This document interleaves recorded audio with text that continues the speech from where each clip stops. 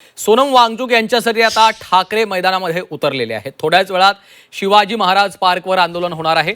जंतर मंतरवरील कारवाई संदर्भात काय बोलणार याकडे सर्वांचं लक्ष लागलेलं आहे। ठाकरे वांगचुक यांच्या आंदोलनाला पाठिंबा देणार आहेत, त्यासाठी आता ते मैदानामध्ये उतरलेले आहेत। आज उद्धव ठाकरे दादरमधील शिवतीर्थ अर्थात छत्रपती शिवाजी महाराज पार्कमध्ये एकत्र येऊन वांगचुक यांच्या आंदोलनाला सक्रिय पाठिंबा देणार आहेत। मीनाताई ठाकरे यांच्या पुतळ्यासमोर उद्धव ठाकरे उपस्थित राहणार असून या कार्यक्रमाला शिवसैनिक मोठ्या संख्येने उपस्थित राहण्याची शक्यता आहे। यावेळी राज ठाकरे देखील उपस्थित राहण्याची शक्यता वर्तवली जाते आहे।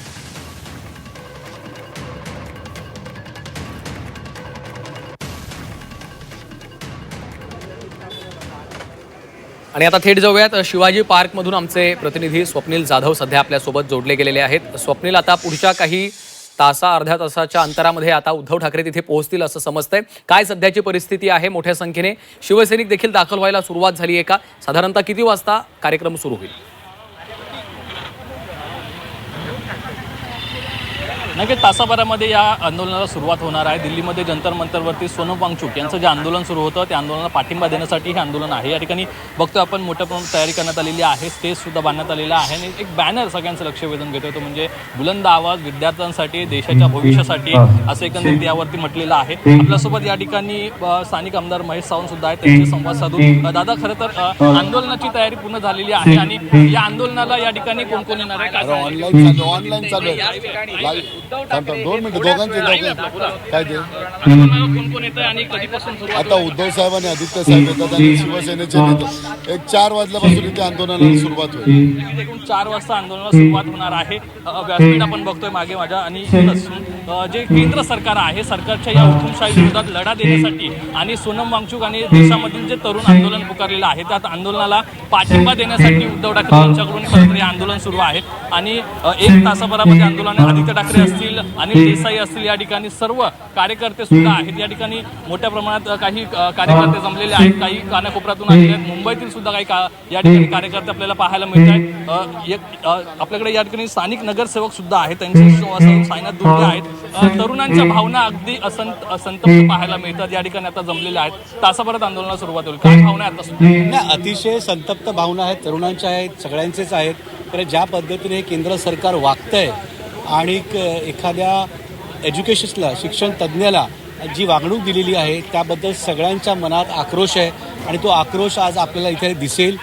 आता विद्यार्थ्यांचा, तरुणांचा तुम्ही बघता इकडे येणं सुरू झालेलं आहे आणि मला असं वाटतं मोठ्या प्रमाणावर आज आक्रोश तुम्हाला या शिवतीर्थावर दिसेल। पेपरफुटीचं केंद्रच महाराष्ट्र पाहायला मिळतंय आणि एकूण TET असेल, नीटचा पेपर असेल, हा महाराष्ट्रातूनच फुटलेला आहे। ही सतत पेपर फुटत आहेत, सतत विद्यार्थी मेहनत घेत असतात, वर्षभर का किंबहुना 2-3 वर्ष त्यांचं नियोजन करत असतात, पालक नियोजन करत असतात, आर्थिक गणितं असतात आणि पुढचं भविष्य हे सगळं ते प्लॅन करत असतात। आणि इतकी मेहनत घेऊन ह्या सगळ्या गोष्टी करून अशा पद्धतीने जर केंद्र सरकार साधं किंवा महाराष्ट्र सरकार हे तुम्ही एक एंट्रन्स एक्झाम्स कंडक्ट करू शकत नाही तर तुम्ही देश काय चालवणार?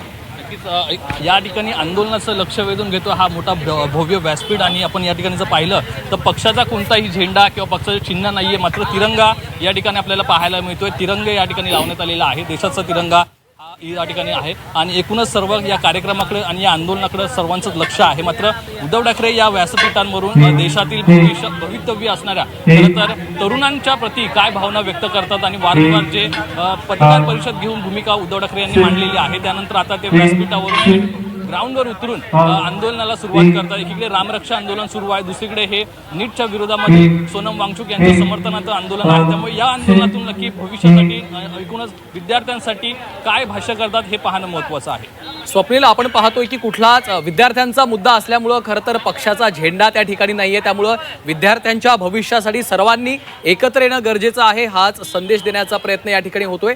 राज ठाकरे देखील या ठिकाणी येऊ शकतात का? कारण तशा चर्चा सुरू होत्या।